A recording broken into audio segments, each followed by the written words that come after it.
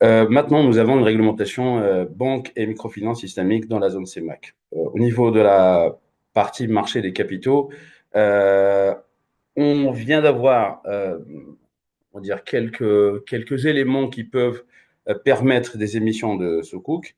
Euh, Ils sont vus, enfin, je dirais que ça décrit plus ou moins le fait que les sukuk, c'est des titres islamiques, qu'il faudrait avoir de la conformité charia, qu'il faut avoir un comité reconnu en tant que tel et que par instruction, on va expliquer comment ce comité-là sera sélectionné, sera agréé, etc. Mais nous n'avons pas en fait beaucoup plus de détails sur la partie technique, c'est-à-dire la caractéristique technique de ces sous-là. De toute façon, il y a plusieurs approches en fait pour faire la réglementation. Des fois, on donne beaucoup plus de détails techniques sur les caractéristiques techniques des différents types de sous que ce soit par contrat, par type de transaction, etc. Ou d'autres qui vont juste expliquer plus ou moins juste le process par lequel va passer donc cette émission de sous notamment si on le fait par de la titrisation ou pas, quels sont les éléments de base qui sont nécessaires pour faire des émissions de secours. Mais dans tous les cas, en fait, moi, je ne veux pas franchement aller trop dans la partie réglementaire.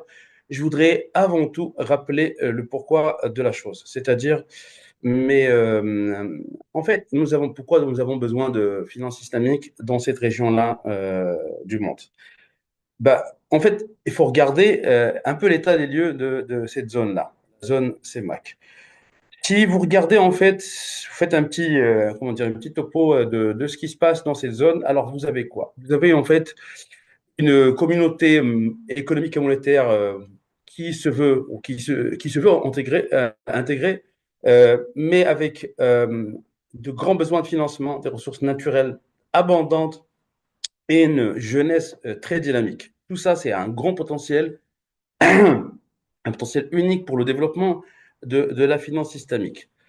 Démographiquement, nous avons à peu près dans la région CEMAC 60 millions d'habitants, dont à peu près une vingtaine, entre 20, je pense 20-25 millions des habitants qui sont de confession musulmane. Nous avons un âge euh, moyen qui est très, très, très jeune, qui est extrêmement jeune. Parce que, en fait, nous avons dans les six différents pays, un pays comme la République centrafricaine, dans lequel vous avez l'âge médian qui est de 14 ans et demi, et le Gabon avec 21 ans et demi. Ça dit tout, hein, en fait, de la construction démographique et du fort potentiel d'un côté hein, de ces pays-là, de ces zones-là, mais en même temps, quels sont les défis que a cette zone-là en termes d'inclusion économique pour les jeunes. Alors, sur le plan économique, qu'est-ce que nous avons? Nous avons en fait un PIB, on va dire, consolidé de toute la région, hein, si on le prend ensemble de tous les pays, de tous les six pays, vous avez à peu près un PIB de 104 milliards de dollars. Pour pouvoir le comparer, on va comparer peut-être avec les autres, comment dire, zones euh, économiques africaines ou régions africaines des autres sous-régions. On peut prendre par exemple la zone UMOA. Alors, si on regarde la zone UMOA, on a un PIB cumulé annuel de à peu près 190 millions, 190 milliards de dollars. Si vous regardez à peu près l'Afrique de l'Est, vous êtes à peu près à 250 milliards. Si vous êtes sur l'Afrique australe, bien évidemment, il y a l'Afrique du Sud aussi qui prend un grand poids, mais on est à peu près à 700 milliards de dollars.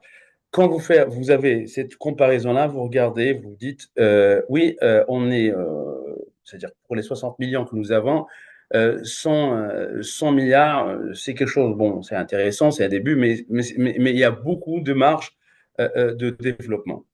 D'accord. La région reste très dépendante en termes d'exportation de gaz et de pétrole. Ça la met en fait en situation assez compliquée parce que en fait, en l'absence de diversification économique, vous avez une vulnérabilité assez structurelle en fait des finances publiques parce que vous avez une volatilité par rapport au cours des matières premières, parce que le secteur primaire dans la plupart des pays de la zone représente des fois plus de 70% comment dire, des exportations.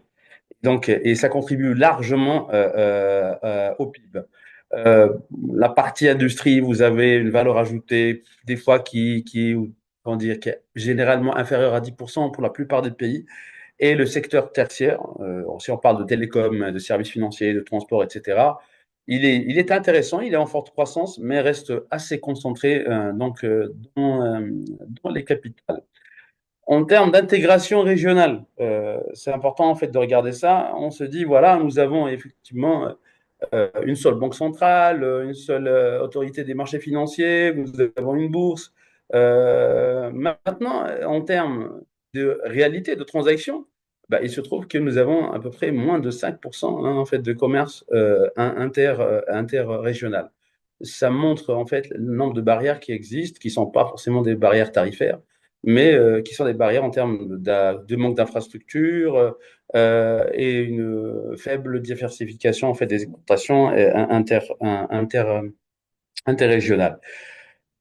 Euh, vous avez encore un autre problème, c'est que cette région-là, quand vous regardez sa connectivité, son intégration avec les autres régions d'Afrique, et les relations économiques qu'elle a, avec par exemple la CEDEAO, la SADC, la COMESA, etc., ben, elles sont, bon, je veux dire, à très très faibles. Et donc, vous avez quand même moins de relations en fait sur cette partie-là. En termes d'endettement, vous avez la plupart des pays qui ont un taux d'endettement qui est plus ou moins contenu à moins de 70%, mis à part la République du Congo qui dépasse les 90% du PIB. Mais il faut dire que malgré tout ça, le service de la dette, il est très important. Il représente à peu près 20% dans la moyenne de la région, mis à part peut-être la République centrafricaine où le service de la dette, il est à près de 33%. Il faut dire que en fait, le remboursement de la dette, il pose vraiment un grand problème parce qu'il absorbe une part très importante en fait des ressources publiques et limite beaucoup les marges de manœuvre budgétaires pour pouvoir investir dans la partie sociale et les infrastructures, etc. Moi, je raconte tout ça en fait parce que il faudrait qu'on comprenne de quoi on parle. Si on veut parler de finances islamiques et de marchés de capitaux, les marchés de capitaux, c'est des capitaux qui vont venir pour investir dans la région. Donc, il faut vraiment savoir de quoi on parle si on veut vraiment attirer ces gens-là ou attirer les capitaux, que ce soit en interne ou en externe, dans la région ou international. Il faut vraiment comment dire, qu'on ait cette vision en fait de la région pour pouvoir parler de tout ça. Quand on regarde la notation souveraine de ces pays-là, si on veut être de quoi on parle. Alors, vous avez à peu près 3 pays des 6 qui sont notés. Vous avez le Cameroun, vous avez le Gabon et vous avez le Congo. Donc ça, c'est les 3 pays qui sont notés. Les autres, enfin, pardon, il y en a un qui sont notés, le Gabon et le Congo, ils disposent d'un historique de notation. Les autres pays, il n'existe pas de notation. Regardons maintenant la partie, comment dire, le, comment dirais-je, le mécanisme qui nous permet de voir le secteur des marchés de capitaux dans la région. C'est la bourse. Donc, la BVMAC reste relativement une bourse très peu dynamique et très concentrée. Si vous regardez la capitalisation boursière de la bourse, de l'Afrique centrale, vous avez à peu près une capitalisation qui tourne autour de 104 millions de dollars, avec un volume de transactions qui avoisine les 28 millions de dollars. Quand vous, avec, Quand vous regardez ça, vous mettez en comparaison avec les autres bourses régionales, comme la BRVM, comme la bourse du Nigeria, la bourse casablancaise, la bourse de Tunis, la bourse par exemple, du Caire, etc. Je vous donne quelques chiffres. Hein. Vous regardez la BRVM, qui est donc régionale, qui est incomparable. Vous avez à peu près 45 sociétés. Vous avez une capitalisation de 10 milliards de dollars. 10 milliards de dollars. Ce n'est pas. Là, on parle de 104 millions de dollars. Donc, vous voyez un peu le niveau en fait de comparaison. Quand vous regardez la bourse du Nigeria, bien évidemment, elle fait partie des plus grandes en Afrique. Elle fait 70 milliards de dollars. La marocaine, elle a 60 milliards. La tunisienne, elle a à peu près à 9 milliards de dollars. Donc, on est vraiment sur un marché de capitaux qui est très, très, dire, naissant, faible, très peu dynamique et très concentré sur la partie obligataire. Bon, donc quand on regarde tout ça, on se pose la question, mais qu'est-ce qu'on va pouvoir faire et comment on va positionner donc Et la finance islamique, c'est un potentiel. Il y a vraiment une rareté des titres de sukuk au niveau international. C'est clair. Et donc, les investisseurs islamiques, ils ont besoin de placer leur argent. Ils ont très peu d'opportunités, ou ils ont de plus en plus, mais ils ont en général très peu d'opportunités, à dire, à l'extérieur de leur marché domestique et même à l'intérieur de leur marché.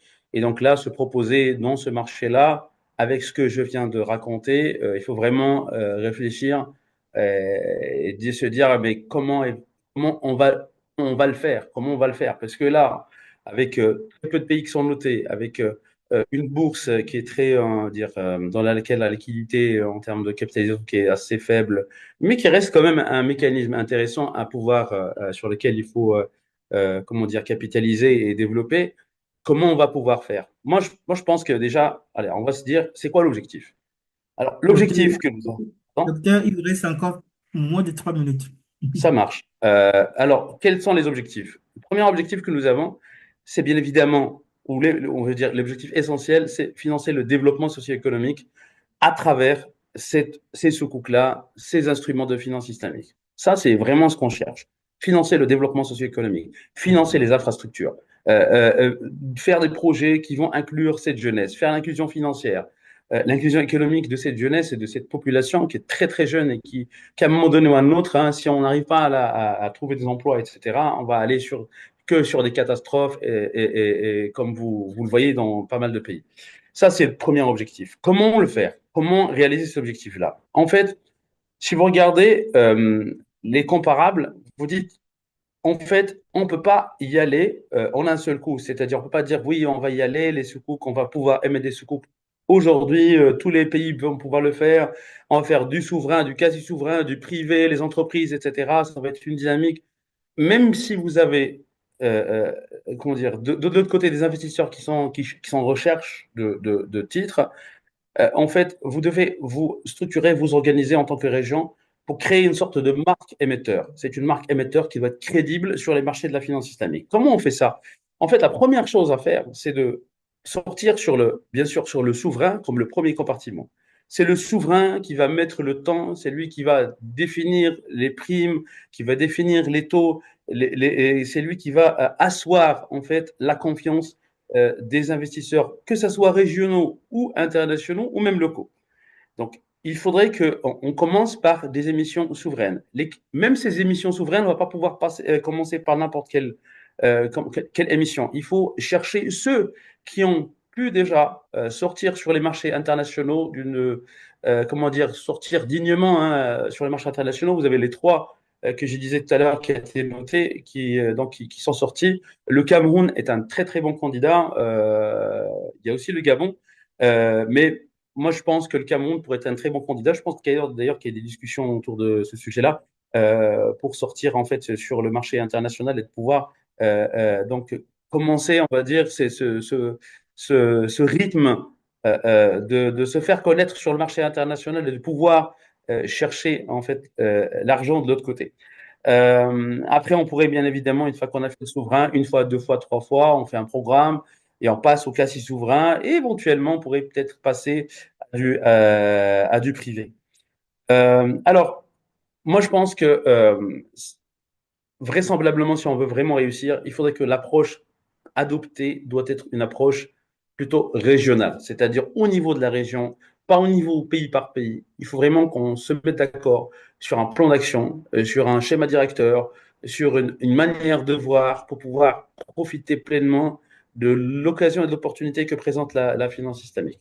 Et c'est à partir de là qu'on pourrait éventuellement créer, dans les 5, 10 prochaines années, un marché beaucoup plus dynamique dans lequel on pourrait attirer à la fois mobiliser à la fois les fonds nationaux et internationaux dans la région. Je pense que je m'arrête là et si jamais il y a des questions, on pourrait en fait discuter plus tard euh, sur les éléments que vous voudrez bien aborder Merci. pour que ça puisse aboutir et qui ont apporté beaucoup en fait à cette dynamique.